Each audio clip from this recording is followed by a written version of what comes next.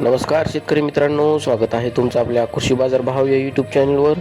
आज आपण सोयाबीन बाजारभाव लाईव्ह या व्हिडिओच्या माध्यमातून बघणार आहोत. तत्पूर्वी आपण चॅनलवर नवीन असाल व दररोजचे बाजारभाव अपडेट आपल्याला हवे असतील तर या चॅनलला सबस्क्राईब करा आणि या व्हिडिओला नक्की लाईक करा. चला तर व्हिडिओला सुरुवात करूया.